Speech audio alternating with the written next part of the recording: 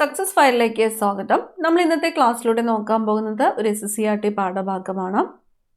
7ാം ക്ലാസ്സിൽ സോഷ്യൽ സയൻസിൽ നിന്നുമുള്ള 12ാമത്തെ അധ്യായമാണ് ചരിത്രത്തിൻ്റെ ആധാരശിലകൾ. അപ്പോൾ സിലബസ് അനുസരിച്ച് കേരള ചരിത്രത്തിൽ നിന്നും SSCRTയിൽ നിന്നും പഠിച്ചിരിക്കേണ്ട അധ്യായമാണ്. ഒരു പ്രാവശ്യമെങ്കിലും ഈ ഒരു അധ്യായം വായിച്ചിരിക്കുവാനായിട്ട് ശ്രദ്ധിക്കുക. പോയിന്റ്സ് സ്വന്തമായിട്ട് നോട്ട് ചെയ്ത് പ്രിപ്പയർ ചെയ്ത് വയ്ക്കുക.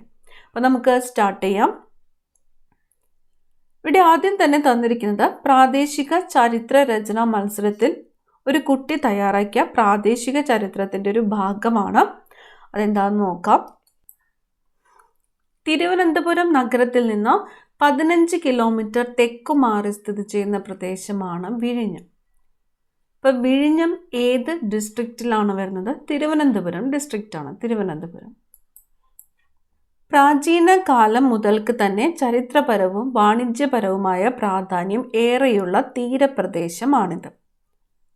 പ്രാചീന തമിഴകത്തെ സുപ്രധാന കേന്ദ്രങ്ങളിൽ ഒന്നായിരുന്നു വിഴിഞ്ഞമെന്ന് സംഘകാല സാഹിത്യകൃതികളിൽ പരാമർശിക്കുന്നു. അപ്പോൾ പ്രാചീന തമിഴകത്തെ സുപ്രധാന കേന്ദ്രങ്ങളിൽ ഒന്നായിരുന്നു വിഴിഞ്ഞം എന്ന് പരാമർശിക്കുന്നത് എവിടെയാണ്? സംഘകാല സാഹിത്യകൃതികളിലാണ്. സംഘകാല സാഹിത്യകൃതികളിൽ. ഒരു തുറമുഖം എന്ന നിലയിലും വ്യാപാര കേന്ദ്രം എന്ന നിലയിലും ഈ പ്രദേശം ദക്ഷിണേന്ത്യൻ രാഷ്ട്രീയ സാമൂഹിക സാമ്പത്തിക ചരിത്രത്തിൻ്റെ ഭാഗമാണ്. ഏത് പ്രദേശമാണ്? വിഴിഞ്ഞം. CE 9-10 നൂറ്റാണ്ടുകളിൽ ദക്ഷിണേന്ത്യയിലെ ആയി വംശത്തിൻ്റെ കേന്ദ്രമായിരുന്നു വിഴിഞ്ഞമെന്ന് ശിലാലിഖിതങ്ങളും മറ്റും ചരിത്രരേഖകളും സൂചിപ്പിക്കുന്നു. അപ്പം ദക്ഷിണേന്ത്യയിലെ ആയി വംശത്തിൻ്റെ കേന്ദ്രമായിരുന്നു എന്ന് ശിലാലിഖിതങ്ങളും ചരിത്രരേഖകളെല്ലാം സൂചിപ്പിക്കുന്ന പ്രദേശം ഏതാണ്? വിഴിഞ്ഞമാണ്. ലീലാതിലകത്തിൻ്റെ വ്യാഖ്യാനത്തിൽ ആറ്റൂർ കൃഷ്ണ പിഷാരടി പാണ്ഡ്യന്മാരാൽ പരാജിതരായ ആയി കുടുംബം ആയിക്കുടി ഉപേക്ഷിച്ചു വിഴിഞ്ഞത്തേക്ക് കുടിയേറിയതായിട്ട് രേഖപ്പെടുത്തിയിരിക്കുന്നു. ഏത് കൃതിയിലാണ്? ലീലാതിലകത്തിൻ്റെ വ്യാഖ്യാനത്തിൽ. ആരാണ്? ആറ്റൂർ കൃഷ്ണ പിഷാരടിയാണ്. പാണ്ഡ്യന്മാരാൽ പരാജിതരായ ആയി കുടുംബം ആയിക്കുടി ഉപേക്ഷിച്ച് എവിടേക്ക് കുടിയേറിയതായിട്ടാണ് രേഖപ്പെടുത്തിയിരിക്കുന്നത്? വിഴിഞ്ഞത്തേക്ക്. ഉദ്യോധന സൂരി എന്ന ജൈനമുനി രചിച്ച കൂവലയമാല, കൃതിയുടെ പേര് കൂവലയമാല, രചിച്ചത് ആരാണ്? ഉദ്യോധനസുരി എന്ന ജൈനമുനിയാണ്. ഈ കൃതിയിലെ വിഴിഞ്ഞത്തെ വിജയപുരി എന്ന് പരാമർശിച്ചിരിക്കുന്നു. അപ്പോൾ വിജയപുരി എന്ന് അറിയപ്പെട്ടിരുന്നത് ഏത് പ്രദേശമാണ്? വിഴിഞ്ഞമാണ്. വിഴിഞ്ഞത്തെ വിജയപുരി എന്ന് പരാമർശിച്ചിരിക്കുന്നത് കൂവലയമാല എന്ന കൃതിയിലാണ്. അതാരുടെ കൃതിയാണ്? ഉദ്യോധനസൂരി എന്ന ജൈനമുനിയാണ്. ജൈനമുനിയുടെ കൃതിയാണ് കൂവലയമാല എന്നത്. പാണ്ഡ്യരാജാവായ നെടുഞ്ചേഴിയൻ്റെ ശാസനത്തിൽ ഇവിടുത്തെ കോട്ടയെപ്പറ്റി രേഖപ്പെടുത്തിയിട്ടുണ്ട്. പാണ്ഡ്യരാജാവായ നെടുഞ്ചേഴിയൻ്റെ ശാസനത്തിൽ. സംഘകാലഘട്ടത്തിൽ തന്നെ വിഴിഞ്ഞം ഒരു സുപ്രധാന വാണിജ്യ തുറമുഖ കേന്ദ്രമായിരുന്നു എന്ന വിദേശ സഞ്ചാര സാഹിത്യകൃതിയായ പെരിപ്ലസ് ഓഫ് ദി എറിത്രിയൽ സീ, കൃതിയുടെ പേര് പെരിപ്ലസ് ഓഫ് ദി എറിത്രിയൽ സീ എന്ന ഗ്രന്ഥത്തിൽ രേഖപ്പെടുത്തിയിരിക്കുന്നു. ഈ കൃതികളെല്ലാം നോട്ട് ചെയ്ത് വയ്ക്കുക. കേരള സർവകലാശാല പുരാവസ്തു വകുപ്പ് നടത്തിയ ഉദ്ഖനനങ്ങളിൽ ഈ പ്രദേശത്തിൻ്റെ സമീപത്തായി നിലനിന്നിരുന്ന കോട്ടയുടെ അവശിഷ്ടങ്ങൾ കണ്ടെത്തിയിട്ടുണ്ട്. കോട്ടപ്പുറം എന്ന സ്ഥലനാമം ഇപ്പോഴും വിഴിഞ്ഞത്തിന് സമീപമുണ്ട്. ചൈനീസ് നിർമ്മിതവും റോമൻ നിർമ്മിതവുമായ പാത്രങ്ങളുടെയും മറ്റ് വസ്തുക്കളുടെയും അവശിഷ്ടങ്ങൾ, റോമൻ നാണയങ്ങൾ എന്നിവ ഇവിടെ നിന്ന് ലഭിച്ചിട്ടുണ്ട്. ഈ പുരാവസ്തു തെളിവുകൾ പ്രാചീന കാലത്തെ വിദേശ വ്യാപാര ബന്ധത്തിൻ്റെ സൂചനകളായിട്ട് കണക്കാക്കാം. ഇവിടെ സ്ഥിതി ചെയ്യുന്ന പ്രാചീന ഗുഹാക്ഷേത്രം ഈ പ്രദേശത്തിൻ്റെ പൗരാണികത വ്യക്തമാക്കുന്നു. വിവിധ ജാതി മത വിഭാഗങ്ങളിൽപ്പെട്ടവർ സഹിഷ്ണുതയോടെ വസിക്കുന്ന ഈ പ്രദേശത്ത് വ്യത്യസ്ത മതസ്ഥരുടെ ധാരാളം ആരാധനാലയങ്ങൾ കാണാം.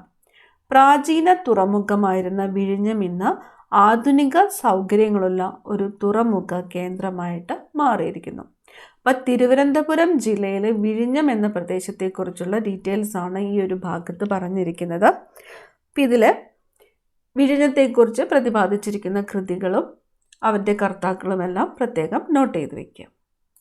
ഇനി മുകളിൽ നൽകിയിരിക്കുന്ന പ്രാദേശിക ചരിത്രത്തെക്കുറിച്ച് വായിച്ചല്ലോ. ഈ കുറിപ്പ് തയ്യാറാക്കുന്നതിന് ഏതെല്ലാം സ്രോതസ്സുകളെയാണ് ഉപയോഗപ്പെടുത്തിയിരിക്കുന്നതെന്ന് കണ്ടെത്താമോ? അപ്പോൾ പുരാവസ്തു തെളിവുകൾ, ലിഖിതങ്ങൾ, സാഹിത്യകൃതികൾ, മറ്റുള്ളവ എന്നിവയിൽ നിന്നും അടിസ്ഥാനമാക്കിയിട്ട് ഭൂതകാലത്തെ ശാസ്ത്രീയമായിട്ട് രേഖപ്പെടുത്തുന്ന പഠനശാഖയാണ് ചരിത്രം എന്ന് പറയുന്നത്. ഇത്തരത്തിൽ തെളിവുകളെ അടിസ്ഥാനമാക്കി ഭൂതകാലത്തെ ശാസ്ത്രീയമായി രേഖപ്പെടുത്തുന്ന പഠനശാഖയാണ് ചരിത്രം. ചരിത്ര രചനയ്ക്ക് ആവശ്യമായ ഒട്ടേറെ തെളിവുകൾ ഓരോ കാലവും പല രൂപത്തിൽ അവശേഷിപ്പിച്ചിട്ടുണ്ടാകും. അവ സമാഹരിച്ച് ശാസ്ത്രീയമായി വിശകലനം ചെയ്ത് ഭൂതകാലത്തെ രേഖപ്പെടുത്തുന്നതാണ് ചരിത്ര രചന. അപ്പം ചരിത്രം എന്താണ്, ചരിത്ര രചന എന്താണ് എന്ന് നോക്കി. ഇനി മധ്യകാല ഇന്ത്യയിൽ നിലനിന്നിരുന്ന വിശാലമായ മുഗൾ വിജയനഗര രാജ്യങ്ങളെക്കുറിച്ചും അവിടുത്തെ ഭരണാധികാരികളെക്കുറിച്ചും മുൻ അധ്യായത്തിൽ ചർച്ച ചെയ്തല്ലോ. ഇത്തരത്തിൽ വിശാലമായ രാജ്യങ്ങളുടെയും രാജാക്കന്മാരുടെയും ചരിത്രത്തിൽ നിന്ന് വ്യത്യസ്തമായി ഒരു ചെറിയ പ്രദേശത്തിൻ്റെയോ വ്യക്തിയുടെയോ സംഭവത്തിൻ്റെയോ സൂക്ഷ്മവും സമഗ്രവുമായ രേഖപ്പെടുത്തലാണ് പ്രാദേശിക ചരിത്രം എന്നത്. അപ്പോൾ പ്രാദേശിക ചരിത്രം, ചരിത്ര രചന, ചരിത്രം, ഈ 3 പോയിന്റ്സ് ആണ് നമ്മളിവിടെ നോക്കിയത്. അടുത്തിവിടെ പറഞ്ഞിരിക്കുന്നത് ചരിത്രവും പ്രാദേശിക ചരിത്രവുമാണ്. ചരിത്രം വിശാലമായ പ്രദേശത്തിൻ്റെയോ നാടിൻ്റെയോ രാജ്യത്തിൻ്റെയോ സംഭവങ്ങളുടെ ചരിത്രം രേഖപ്പെടുത്തുന്നു. എഴുതപ്പെട്ട രേഖകൾ, പുരാവസ്തു തെളിവുകൾ, ചരിത്രാവശേഷിപ്പുകൾ എന്നിവ ഉപയോഗപ്പെടുത്തി ചരിത്രം നിർമ്മിക്കുന്നു. ഭൂതകാല സംഭവങ്ങൾ, സംസ്കാരങ്ങൾ, സമൂഹങ്ങൾ എന്നിവ വിശാലമായ കാഴ്ചപ്പാടിൽ വിലയിരുത്തുന്നു. ഇനി പ്രാദേശിക ചരിത്രം എന്താണ്? ലോക ചരിത്രം, രാജ്യചരിത്രം, പ്രവിശ്യ ചരിത്രം എന്നിവയിൽ നിന്ന് വ്യത്യസ്തമായി ചെറിയ ഭൂപ്രദേശത്തിൻ്റെയോ വിഷയങ്ങളുടെയോ സംഭവങ്ങളുടെയോ സൂക്ഷ്മമായ ചരിത്രാന്വേഷണമാണ് പ്രാദേശിക ചരിത്രം എന്ന് പറയുന്നത്. പ്രാദേശിക ആഘോഷങ്ങളും രുചിശീലങ്ങളും ആചാരാനുഷ്ഠാനങ്ങളും വായ്മൊഴി വഴക്കങ്ങളും ചരിത്രരചനയുടെ ഭാഗമാകുന്നു. ചരിത്രത്തെ ജനാധിപത്യവൽക്കരിച്ച് മുഖ്യധാരാ ചരിത്രത്തിൽ ഇടം കിട്ടാതെ പോയ പ്രദേശങ്ങൾക്കും ജനവിഭാഗങ്ങൾക്കും സംഭവങ്ങൾക്കും അർഹമായ പ്രാതിനിധ്യം നൽകുന്നു. ഇനി ഇവിടെ പറയുന്നത് ചരിത്ര സ്രോതസ്സുകളെ കുറിച്ചാണ്. ചരിത്രത്തെക്കുറിച്ച് നമുക്ക് വിവരം നൽകുന്ന എന്തിനേയും ചരിത്ര രചനയ്ക്കുള്ള സ്രോതസ്സുകൾ എന്ന് വിളിക്കാം. നിശ്ചിത കാലഘട്ടവുമായി ബന്ധപ്പെട്ടതും ഉപയുക്തവുമായ വിവരങ്ങൾ നമുക്ക് നൽകുന്നതുമായ ഏതൊരു വസ്തുവും ഒരു ചരിത്ര സ്രോതസ്സാണ്. അപ്പം ചരിത്ര സ്രോതസ്സുകൾക്ക് ഉദാഹരണങ്ങളാണ് പുരാവസ്തുക്കൾ, സ്മാരകങ്ങൾ, സാഹിത്യകൃതികൾ, സഞ്ചാരക്കുറിപ്പുകൾ, പത്രങ്ങൾ, ഔദ്യോഗിക രേഖകൾ എന്നിവ. ഇതെല്ലാം ചരിത്ര സ്രോതസ്സുകൾക്ക് ഉദാഹരണങ്ങളാണ്. ഇനി പുരാവസ്തുശാസ്ത്രപരമായ സ്രോതസ്സുകൾ അവ നിർമ്മിക്കപ്പെട്ട കാലഘട്ടത്തിലെ ജീവിതത്തെക്കുറിച്ച് വിവരങ്ങളോ തെളിവുകളോ നൽകുന്നവയാണ്. അവയിൽ പ്രധാനപ്പെട്ട സ്രോതസ്സുകൾ പുരാവസ്തുശാസ്ത്രപരമായ സ്രോതസ്സുകളാണ്. ഏതൊക്കെയാണ്? ശിലാസ്മാരകങ്ങൾ, ഗുഹകൾ, പുരാലിഖിതങ്ങൾ, കൊട്ടാരങ്ങൾ, നാണയങ്ങൾ എന്നിവ പുരാവസ്തുശാസ്ത്രപരമായ സ്രോതസ്സുകൾക്ക് ഉദാഹരണങ്ങൾ ആണ്. ഏതൊക്കെയാണ്? ശിലാസ്മാരകങ്ങൾ, ഗുഹകൾ, പുരാലിഖിതങ്ങൾ, കൊട്ടാരങ്ങൾ, നാണയങ്ങൾ. ഇനി ശിലാസ്മാരകങ്ങളാണ് അടുത്തതായിട്ട് പറയുന്നത്. നമുക്ക് ചുറ്റും കാണുന്ന ഓരോ കല്ലിനും ഓരോ കഥ പറയാനുണ്ടാവും. വലിയ കല്ലുകൾ കൊണ്ട് നിർമ്മിച്ച ധാരാളം സ്മാരകങ്ങളുടെ അവശേഷിപ്പുകൾ നമ്മുടെ പൂർവികർ ഇവിടെ ഉപേക്ഷിച്ചു പോയിട്ടുണ്ട്. ഇവിടെ അതിൻ്റെ ചിത്രങ്ങളാണ് തന്നിരിക്കുന്നത്. ഏതൊക്കെയാണ്? കൂടക്കല്ല്, തൊപ്പിക്കല്ല്, മുനിയറ. ശിലാസ്മാരകങ്ങൾക്ക് ഉദാഹരണങ്ങളാണ് കൂടക്കല്ല്, തൊപ്പിക്കല്ല്, മുനിയറ എന്നിവ. കേരളത്തിൻ്റെ വിവിധ ഭാഗങ്ങളിൽ നിന്ന് കണ്ടെടുത്ത ചരിത്രശേഷിപ്പുകളാണ് ഈ ശിലാസ്മാരകങ്ങൾ. വലിയ ശിലകൾ കൊണ്ട് നിർമ്മിച്ചതിനാൽ ഇവയെ മഹാശിലാസ്മാരകങ്ങൾ എന്നാണ് വിളിക്കുന്നത്. മഹാശിലാസ്മാരകങ്ങൾ. പുരാതന മനുഷ്യർ നിർമ്മിച്ച ഈ സ്മാരകശിലകൾ പോയ കാലത്തെ ചരിത്രം നമ്മോട് പറയുന്നുണ്ട്. ഇനി ഇടുക്കി ജില്ലയിലെ മറയൂർ ഏത് ജില്ലയിലാണ്? ഇടുക്കി ജില്ലയിലാണ്. തൃശ്ശൂർ ജില്ലയിലെ ചിറമനങ്ങാട് ഏത് ജില്ലയിലാണ്? തൃശ്ശൂർ ജില്ലയിലാണ്. മലപ്പുറം ജില്ലയിലെ തവനൂർ മലപ്പുറം ജില്ല. ഈ സ്ഥലങ്ങളിൽ നിന്ന് ഇത്തരത്തിലുള്ള ശിലാസ്മാരകങ്ങളുടെ ശേഷിപ്പുകൾ ലഭിച്ചിട്ടുണ്ട്. അപ്പം കേരളത്തിൽ ശിലാസ്മാരകങ്ങളുടെ ശേഷിപ്പുകൾ ലഭിച്ചിട്ടുള്ള പ്രധാനപ്പെട്ട 3 സ്ഥലങ്ങളാണ് ഇവിടെ പറഞ്ഞിരിക്കുന്നത്. ഏതൊക്കെയാണ്? ഇടുക്കി ജില്ലയിൽ മറയൂർ, തൃശ്ശൂർ ജില്ലയിൽ ചിറമനങ്ങാട്, മലപ്പുറം ജില്ലയിൽ തവനൂർ. നോട്ട് ചെയ്ത് വെക്കാം. ഇനി നന്നങ്ങാടുകളെ കുറിച്ചാണ് പറയുന്നത്. മഹാശില കാലഘട്ടത്തിൽ ശവസംസ്കാരത്തിന് ഉപയോഗിച്ചിരുന്ന വലിയ കളിമൺ ഭരണികളാണ് നന്നങ്ങാടുകൾ. ഭൗതികാവശിഷ്ടം അടക്കം ചെയ്ത് മണ്ണിനടിയിൽ മൂടുന്ന ഭരണികൾ ആണിവ. അടുത്തത് ഗുഹകളെ കുറിച്ചാണ് പറയുന്നത്. കേരളത്തിൻ്റെ പ്രാചീന ചരിത്രത്തെക്കുറിച്ച് വെളിച്ചം വീശുന്നവയാണ് ഗുഹകൾ. പ്രകൃതിദത്തമായ ഇത്തരം ഗുഹകളിൽ ചരിത്രാതീത കാലത്തെ മനുഷ്യ ജീവിതത്തെ സൂചിപ്പിക്കുന്ന ചിത്രങ്ങളും മറ്റും ആലേഖനം ചെയ്യപ്പെട്ടിട്ടുണ്ട്. എടയ്ക്കൽ ഗുഹ സ്ഥിതി ചെയ്യുന്നത് എവിടെയാണ്? വയനാട് ജില്ലയിലാണ്. മറയൂർ ഇടുക്കി ജില്ലയിലാണ്. ആങ്കോട് തിരുവനന്തപുരം. തെന്മല, കോട്ടുക്കൽ കൊല്ലം ജില്ലയിലെ കോട്ടുക്കൽ എന്നിവിടങ്ങളിൽ ചില പ്രധാന ഗുഹകൾ സ്ഥിതി ചെയ്യുന്നു. ഇത്തരത്തിൽ കേരളത്തിലെ ചരിത്ര പ്രാധാന്യമുള്ള പുരാവസ്തുക്കളെ സംരക്ഷിക്കുന്നത് ആർക്കിയോളജിക്കൽ സർവേ ഓഫ് ഇന്ത്യയും കേരള ആർക്കിയോളജി വകുപ്പുമാണ്. എടയ്ക്കൽ ഗുഹ പ്രാചീന മനുഷ്യർ ഉപയോഗിച്ചിരുന്ന കേരളത്തിലെ പ്രധാനപ്പെട്ട ഗുഹകളിൽ ഒന്നാണ് എടയ്ക്കൽ ഗുഹ. വയനാട് ജില്ലയിൽ സുൽത്താൻ ബത്തേരിയിൽ നിന്ന് 10 കിലോമീറ്റർ അകലെയാണ് എടയ്ക്കൽ ഗുഹ.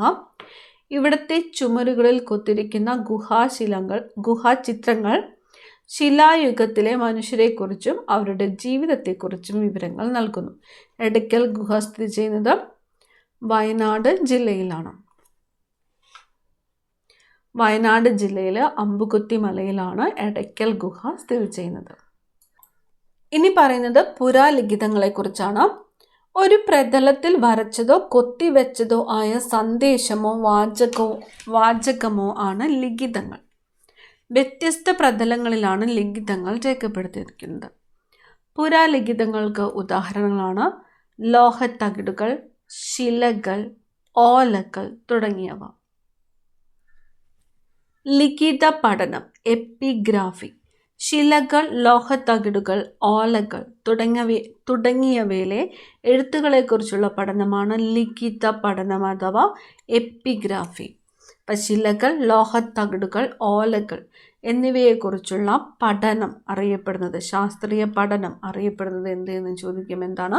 എപ്പിഗ്രാഫി. ഇത്തരത്തിൽ കേരളത്തിൽ അങ്ങോളം ഇങ്ങോളം ധാരാളം ലിഖിതങ്ങൾ കണ്ടെത്തിയിട്ടുണ്ട്. തരിസാപ്പള്ളി ലിഖിതം, ജൂതശാസനം, പാലിയം ശാസനം എന്നിവ കേരളത്തിലെ പ്രധാന ലിഖിതങ്ങളാണ്. ഏതൊക്കെയാണ്? തരിസാപ്പള്ളി ലിഖിതം കൊല്ലത്ത്, ജൂതശാസനം മട്ടാഞ്ചേരിയിൽ, പാലിയം ശാസനം ആലപ്പുഴ എന്നിവ കേരളത്തിലെ പ്രധാന ലിഖിതങ്ങളാണ്. കേരളത്തിൽ പുരാലിഖിതങ്ങളുടെ ശേഖരണവും സംരക്ഷണവും കേരള ആർക്കൈവ്സ് വകുപ്പാണ് നിർവഹിക്കുന്നത്. കേരള ആർക്കൈവ്സ് വകുപ്പാണ് കേരളത്തിൽ പുരാലിഖിതങ്ങളുടെ ശേഖരണവും സംരക്ഷണവും നിർവഹിക്കുന്നത്. കേരള ആർക്കൈവ്സ് വകുപ്പ്. അടുത്തത് കോട്ടകളും കൊട്ടാരങ്ങളും. രാജ്യസുരക്ഷ, സൈനികാവശ്യങ്ങൾ, വ്യാപാരം എന്നിവയ്ക്കായി നിർമ്മിച്ചിരുന്ന കോട്ടകളെ ചരിത്രരചനയ്ക്കുള്ള പ്രധാന സ്രോതസ്സുകളായിട്ട് പ്രയോജനപ്പെടുത്താം. കേരളത്തിലെ വ്യത്യസ്ത കാലഘട്ടങ്ങളെക്കുറിച്ചും ഭരണാധികാരികളെക്കുറിച്ചും കോട്ടകൾ നമുക്ക് വിവരം നൽകുന്നു. ബേക്കൽ കോട്ട, കണ്ണൂർ കോട്ട, പാലക്കാട് കോട്ട, അഞ്ചുതെങ്ങ് കോട്ട തുടങ്ങിയവ കേരളത്തിലെ പ്രധാന കോട്ടകളാണ്. കോട്ടകളെ പോലെ തന്നെ ചരിത്ര പ്രാധാന്യമുള്ളതാണ് കൊട്ടാരങ്ങൾ. കേരളത്തിലെ പല പ്രധാന കൊട്ടാരങ്ങളുടെ പേരുകൾ ചുവടെ നൽകുന്നു. നിങ്ങൾക്കറിയാവുന്നവ രേഖപ്പെടുത്തുവാനായിട്ടാണ് പറഞ്ഞിരിക്കുന്നത്. തന്നിരിക്കുന്ന എക്സാമ്പിൾസ്: പത്മനാഭപുരം കൊട്ടാരം, മട്ടാഞ്ചേരി പാലസ്, കിളിമാനൂർ കൊട്ടാരം, അറയ്ക്കൽ കൊട്ടാരം, കൃഷ്ണപുരം കൊട്ടാരം. ഇനി ഇവിടെ ബേക്കൽ കോട്ടയെക്കുറിച്ച് പറഞ്ഞിരിക്കുന്നു. ബേക്കൽ കോട്ട 17-ാം നൂറ്റാണ്ടിൽ നിർമ്മിച്ച കേരളത്തിലെ ഏറ്റവും വലിയ കോട്ടയായ ബേക്കൽ കോട്ട കാസർഗോഡ് ജില്ലയിൽ പള്ളിക്കര വില്ലേജിൽ സ്ഥിതി ചെയ്യുന്നു. ഈ ഒരു പോയിന്റ്സ് പ്രധാനപ്പെട്ട പോയിന്റ്സ് ആണ്, നോട്ട് ചെയ്ത് വെക്കുക. ബേക്കൽ കോട്ട, കേരളത്തിലെ ഏറ്റവും വലിയ കോട്ട ഏതാണ്? ബേക്കൽ കോട്ടയാണ്. ബേക്കൽ കോട്ട സ്ഥിതി ചെയ്യുന്നത് ഏത് ജില്ലയിലാണ്? കാസർഗോഡ് ജില്ലയിലാണ്.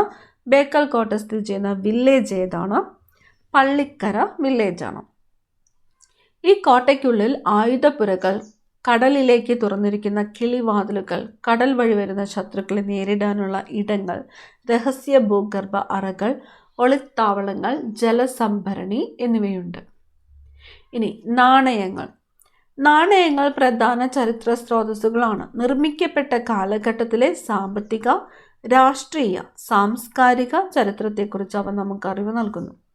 നാണയങ്ങളെക്കുറിച്ചുള്ള പഠനത്തിന് നാണയശാസ്ത്രം അഥവാ ന്യൂമിസ്മാറ്റിക്സ് എന്നാണ് പറയുന്നത്. നാണയങ്ങളെക്കുറിച്ചുള്ള ശാസ്ത്രീയ പഠനം അറിയപ്പെടുന്നത് ന്യൂമിസ്മാറ്റിക്സ്. പ്രധാനപ്പെട്ട പോയിന്റ്സ് ആണ്. നാണയങ്ങളെക്കുറിച്ചുള്ള പഠനമാണ് ന്യൂമിസ്മാറ്റിക്സ്.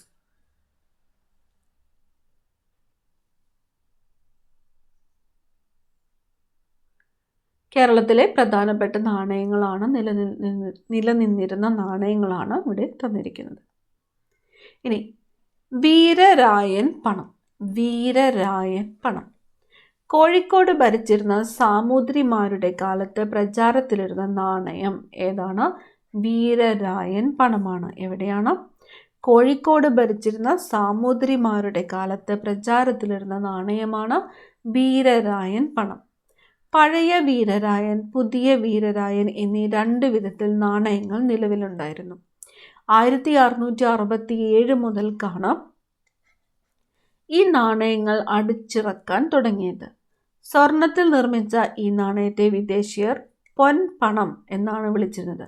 അപ്പോൾ പൊൻപണം എന്ന് അറിയപ്പെട്ടിരുന്നത് ഏതാണ്? വീരരായൻ പണമാണ്.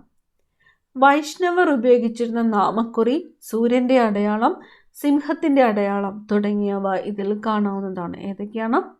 നാമക്കുറി, സൂര്യൻ്റെ അടയാളം, സിംഹത്തിൻ്റെ അടയാളം.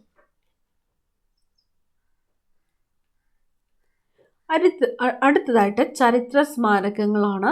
താഴെ തന്നിരിക്കുന്ന ചരിത്ര സ്മാരകങ്ങൾ ഏതൊക്കെയാണ്? തളിക്ഷേത്രം, മിഷ്കാൽ പള്ളി, ദേവമാതാ കത്തീഡ്രൽ, കടൽപ്പാലം. കോഴിക്കോട്ടെ ചില ചരിത്ര സ്മാരകങ്ങളുടെ ചിത്രങ്ങളാണിവ. ഏത് സ്ഥലത്തെയാണ്? കോഴിക്കോട്ടാണ്. തളിക്ഷേത്രം, മിഷ്കാൽ പള്ളി, ദേവമാതാ കത്തീഡ്രൽ, കടൽപ്പാലം. സാമൂതിരിയുടെ കാലത്ത് പ്രസിദ്ധമായ രേവതി പട്ടത്താനം എന്ന പണ്ഡിത സദസ്സ് നടത്തിയിരുന്നത് തളിക്ഷേത്രത്തിൽ വച്ചായിരുന്നു. രേവതി പട്ടത്താനം എന്ന പണ്ഡിത സദസ്സ് നടത്തിയിരുന്നത് എവിടെയാണ്? തളിക്ഷേത്രത്തിലാണ്. തളിക്ഷേത്രം. പോർച്ചുഗീസുകാർക്കെതിരെയുള്ള സാമൂതിരിയുടെ പ്രധാന യുദ്ധ കേന്ദ്രമായിരുന്നു മിഷ്കാൽ പള്ളി. ആർക്കെതിരെ? പോർച്ചുഗീസുകാർക്കെതിരെ സാമൂതിരിയുടെ പ്രധാന യുദ്ധ കേന്ദ്രമായിരുന്നു മിഷ്കാൽ പള്ളി. കോഴിക്കോട്ടെ പോർച്ചുഗീസ് സാന്നിധ്യത്തിൻ്റെ സ്മാരകമാണ് 1513 നിർമ്മിച്ച ദേവമാതാ കത്തീഡ്രൽ.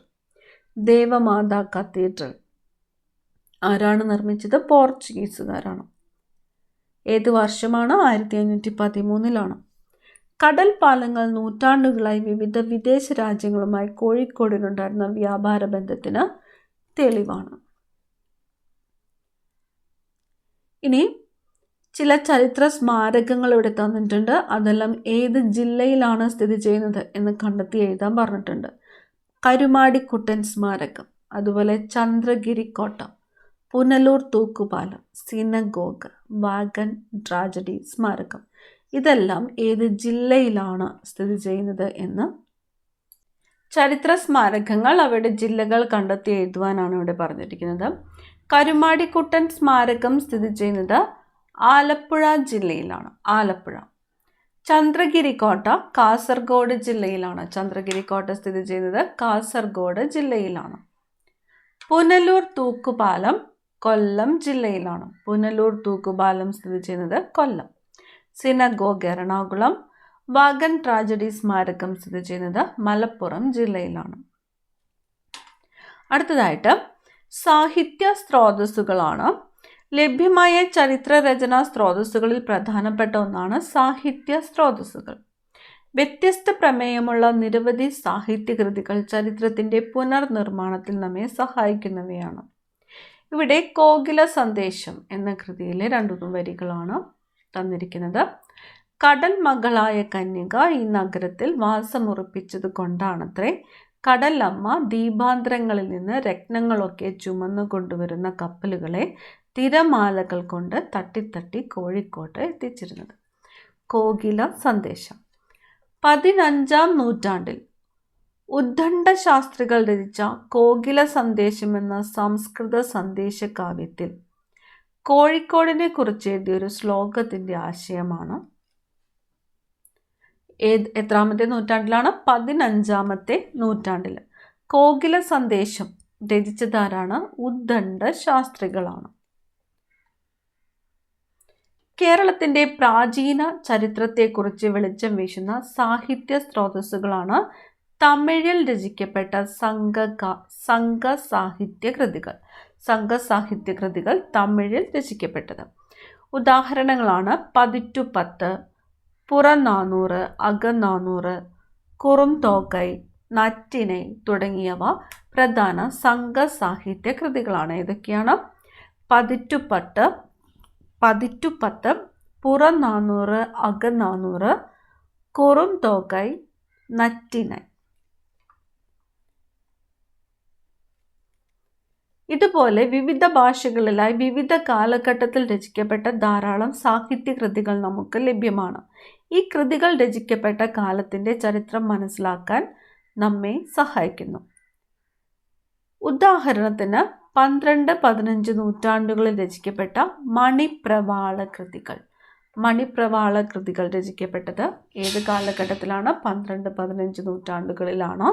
ഈ കാലഘട്ടത്തിലെ നാടുവാഴി വ്യവസ്ഥയെക്കുറിച്ചും സംസ്കാരത്തെക്കുറിച്ചും നമുക്ക് വിവരം നൽകുന്നു.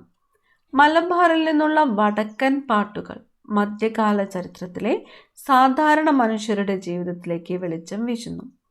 19-ാം നൂറ്റാണ്ടിൽ ചന്തുമേനോൻ രചിച്ച ഇന്ദുലേഖ എന്ന കൃതിയുടെ കർത്താവ് ആരാണ്? ചന്തുമേനോനാണ്. ചന്തുമേനോൻ മലബാറിലെ സാമൂഹിക ചരിത്രത്തെക്കുറിച്ച് മനസ്സിലാക്കാൻ സഹായിക്കുന്നു. എവിടത്തെയാണ്? മലബാറിലെ. അതുപോലെ പ്രധാനപ്പെട്ടതാണ് സഞ്ചാരക്കുറിപ്പുകൾ. ഇനി കേരളത്തെക്കുറിച്ച് പരാമർശിച്ചിട്ടുള്ള ചില വിദേശ സഞ്ചാരികൾ നോക്കാം. മെഗസ്തനീസ് ഗ്രീസാണ്. അതുപോലെ Sulaiman Persia, Abdul Razzaq Persia, Marco Polo Venice ആണ്. Ibn Battuta Morocco, Niccolo Conti Venice, Ma Huan China, ബർബോസ Portugal. അടുത്തത് ആത്മകഥകളും ജീവചരിത്രങ്ങളുമാണ്. ആത്മകഥകളും ജീവചരിത്രങ്ങളും. ആത്മകഥ തകഴി ഈ കൃതിയിൽ നിന്നുമുള്ള കുറച്ച് സെൻറ്റൻസ് ആണ് ഇവിടെ തന്നിരിക്കുന്നത്. ഇനി അതുപോലെ പ്രധാനപ്പെട്ടതാണ് വർത്തമാന പത്രങ്ങൾ. ദൈനംദിന സംഭവങ്ങൾ അറിയാൻ നാം ഇന്ന് പത്രങ്ങൾ, ദൃശ്യമാധ്യമങ്ങൾ, നവമാധ്യമങ്ങൾ തുടങ്ങിയവയാണ് ആശ്രയിക്കുന്നത്. എന്നാൽ ഈ പത്രങ്ങൾ കാലക്രമേണ ചരിത്രമറിയാനുള്ള പ്രധാന ഉപാധിയായി മാറും. ഇന്ത്യയിലെ വിദേശാധിപത്യത്തിൻ്റെ ചരിത്രം മനസ്സിലാക്കാൻ ചരിത്ര വിദ്യാർത്ഥികൾ ഉപയോഗപ്പെടുത്തുന്ന പ്രധാന സ്രോതസ്സാണ് അക്കാലത്തെ വർത്തമാന പത്രങ്ങൾ. കേരളത്തിൻ്റെ രാഷ്ട്രീയ, സാമൂഹ്യ, സാമ്പത്തിക ചരിത്രത്തിൻ്റെ എല്ലാ വശങ്ങളെക്കുറിച്ച് അറിയാനും പത്രങ്ങൾ നമ്മെ സഹായിക്കുന്നുണ്ട്. ഇനി പ്രാദേശിക ചരിത്ര രചനയ്ക്ക് ഒരു നിശ്ചിത പ്രദേശത്തെ മുൻകാല സംഭവങ്ങളെക്കുറിച്ചുള്ള പഠനമാണ് പ്രാദേശിക ചരിത്രം എന്ന് പറയുന്നത്. നാം ഇതുവരെ പരിചയപ്പെട്ട ചരിത്ര സ്രോതസ്സുകൾ പ്രധാനമായും മുഖ്യധാര ചരിത്ര രചനയ്ക്കാണ് സഹായകമാകുന്നത്. പ്രാദേശിക ചരിത്ര രചനയ്ക്ക് നമ്മെ സഹായിക്കുന്ന സ്രോതസ്സുകളാണ് പ്രാദേശിക നിരീക്ഷണം, ഓർമ്മകൾ അല്ലെങ്കിൽ വാമൊഴി, സ്ഥലനാമ ചരിത്രങ്ങൾ, കുടുംബ ചരിത്രം, ഔദ്യോഗിക രേഖകൾ, പണയരേഖകൾ, ആധാരങ്ങൾ, നാട്ടറിവുകൾ, ആചാരാനുഷ്ഠാനങ്ങൾ, പാട്ടുകൾ മുതലായവ. ഇനി പ്രാദേശിക നിരീക്ഷണം. പ്രാദേശിക ചരിത്ര രചന ചെറിയൊരു പ്രദേശത്തിൻ്റെയോ സംഭവത്തിൻ്റെയോ സൂക്ഷ്മ പഠനമാണ്. ഒരു പ്രദേശത്തിൻ്റെ സൂക്ഷ്മ വശങ്ങൾ തിരിച്ചറിയാൻ പ്രാദേശിക നിരീക്ഷണം നമ്മെ സഹായിക്കുന്നു. ഒരു പ്രാദേശിക സമൂഹം നിലനിൽക്കുന്ന ഭൂപ്രദേശം, അവിടുത്തെ ഭൂമിശാസ്ത്ര പ്രത്യേകതകൾ, ദിക്ക്, സസ്യജന്തുജാലങ്ങൾ, തണ്ണീർത്തടങ്ങൾ, കൃഷിരീതികൾ തുടങ്ങിയ വൈവിധ്യങ്ങൾ മനസ്സിലാക്കാൻ പ്രാദേശിക നിരീക്ഷണം നടത്തേണ്ടത് ആവശ്യമാണ്. പ്രാദേശിക നിരീക്ഷണത്തിലൂടെ ചരിത്ര രചനയ്ക്ക് ആവശ്യമായ മാറ്റങ്ങൾ നമുക്ക് കണ്ടെത്താം. ഇനി അടുത്തതായിട്ട് ഓർമ്മകൾ വഴി അല്ലെങ്കിൽ വാമൊഴി, സ്ഥലനാമ ചരിത്രം. ഇതിൽ നിന്ന് നമുക്ക് 2-3 പോയിന്റ്സ് നോക്കാനുണ്ട്. കോഴിക്കോടിന് ആ പേര് എങ്ങനെ കിട്ടി? കോയിൽ അല്ലെങ്കിൽ കൊട്ടാരം, കോട്ട എന്നുള്ള 2 പദങ്ങൾ ചേർന്ന കോയിൽ കോട്ട എന്നായിരുന്നു പഴയ പേര്. കോഴിക്കോടിൻ്റെ പഴയ പേര് എന്ന് പറയുന്നത് കോയിൽ കോട്ട എന്നായിരുന്നു. കോയിൽ എന്നാൽ കൊട്ടാരം എന്നാണ് അർത്ഥം. കോട്ട കൊണ്ട് സംരക്ഷിച്ച കൊട്ടാരം എന്നാണ് കോയിൽ കോട്ട എന്ന പേരുകൊണ്ട് അർത്ഥമാക്കുന്നത്. ഇത് പിന്നീട് കോഴിക്കോട് എന്നായി മാറിയെന്ന് ചരിത്രകാരൻ പറയുന്നു. തൃശ്ശൂർ, കണ്ണൂർ, തലശ്ശേരി, തങ്കശ്ശേരി എന്നീ സ്ഥലനാമങ്ങൾ ശ്രദ്ധിക്കാൻ പറഞ്ഞിരിക്കുന്നു. കേരളത്തിൽ അങ്ങോളം ഇങ്ങോളം ഊർ അല്ലെങ്കിൽ ചേരി എന്നീ വാക്കുകളിൽ അവസാനിക്കുന്ന സ്ഥലപ്പേരുകൾ ധാരാളമുണ്ട്. ഭൂമിശാസ്ത്രപരമായ പ്രത്യേകതകളും സ്ഥലനാമ രൂപീകരണത്തിൽ സ്വാധീനം ചെലുത്താറുണ്ട്. അതുപോലെ മറ്റു പ്രധാനപ്പെട്ട ഒരു പോയിന്റാണ് കുടുംബചരിത്രം. പിന്നെ ഔദ്യോഗിക രേഖകൾ. താഴെ ഒരു വിവരണം തന്നിട്ടുണ്ട്. ഉപ്പു നിയമം ലംഘിച്ചു. 1930 മെയ് 17 വൻ ജനാവലിയുടെ നേതൃത്വത്തിൽ 27 സ്ഥലങ്ങളിലായി കോഴിക്കോട് കടപ്പുറത്ത് ബ്രിട്ടീഷുകാർ നടപ്പിലാക്കിയ ഉപ്പു നിയമം ലംഘിച്ചു എന്നാണ് 1930 മെയ് 17 27 സ്ഥലങ്ങളിലായിട്ട് കോഴിക്കോട് കടപ്പുറത്ത് ബ്രിട്ടീഷുകാർ നടപ്പിലാക്കിയ ഉപ്പു നിയമം ലംഘിച്ചു. കോഴിക്കോട്ടെ ഗുജറാത്തി നിവാസികൾ താൽപ്പര്യത്തോടെ പ്രവർത്തനങ്ങളിൽ പങ്കാളികളായിരുന്നു. തിരുവിതാംകൂറിൽ നിന്നും വന്ന സത്യാഗ്രഹ വോളണ്ടിയർമാരും കൂടെ ചേർന്നു. കടൽ വെള്ളം വറ്റിച്ച് ഉപ്പുമായി നിയമലംഘകർ ബ്രിട്ടീഷ് വിരുദ്ധ മുദ്രാവാക്യം മുഴക്കി ജാഥ നടത്തി. ഉപ്പുണ്ടാക്കാനായി ഉപയോഗിച്ചിരുന്ന വസ്തുക്കളും അവർ കയ്യിൽ കരുതിയിരുന്നു. കടപ്പുറത്ത് നടന്ന ഉപ്പു സത്യാഗ്രഹ സമരത്തെ പോലീസ് ക്രൂരമായി നേരിട്ടു. സ്വാതന്ത്ര്യ സമര പതാക പോലീസിൽ നിന്നും സംരക്ഷിക്കാൻ പി കൃഷ്ണപിള്ളയും അബ്ദുറഹ്മാൻ സാഹിബും ഐതിഹ്യമായ പ്രതിരോധമാണ് നടത്തിയത്. ആരൊക്കെയാണ്? പി കൃഷ്ണപിള്ള, അബ്ദുറഹ്മാൻ സാഹിബ്. ഇത് തമിഴ്നാട് സ്റ്റേറ്റ് ആർക്കീവ്സിൽ നിന്നുള്ളതാണ്.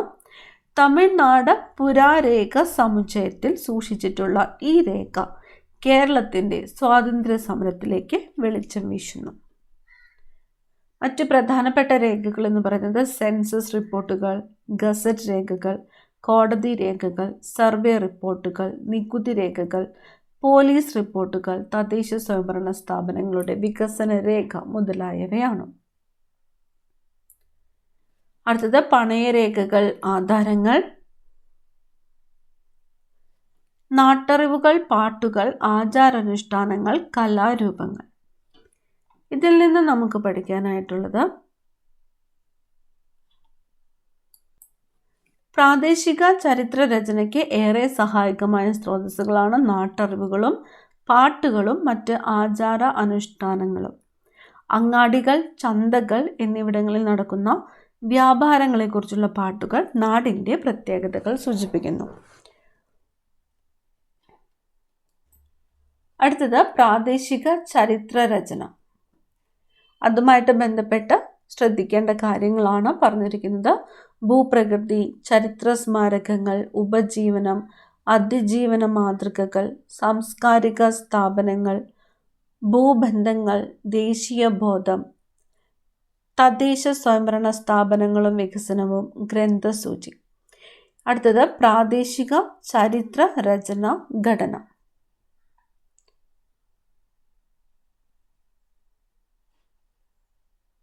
പ്രാദേശിക ചരിത്ര രചന ഘടനയിൽ വരുന്നതാണ് തലക്കെട്ട്, ഉള്ളടക്കം, സാക്ഷ്യപത്രം, നന്ദി പ്രസ്താവന, ആമുഖം, അധ്യായങ്ങൾ, ഉപസംഹാരം, പരാമർശങ്ങൾ, അനുബന്ധങ്ങൾ, ഗ്രന്ഥസൂചി മുതലായവ. ഈ ഒരു അധ്യായത്തിൽ നമുക്ക് ഇത്രയും കാര്യങ്ങളാണ് പഠിക്കാനായിട്ടുള്ളത്. മെയിനായിട്ട് വരുന്ന പോയിന്റ്സുകളെല്ലാം തന്നെ നോട്ട് ചെയ്ത് വെക്കുക. എക്സാം ടൈമിൽ യൂസ്ഫുൾ ആയിരിക്കും. അടുത്ത ക്ലാസ്സിൽ കാണാം. താങ്ക്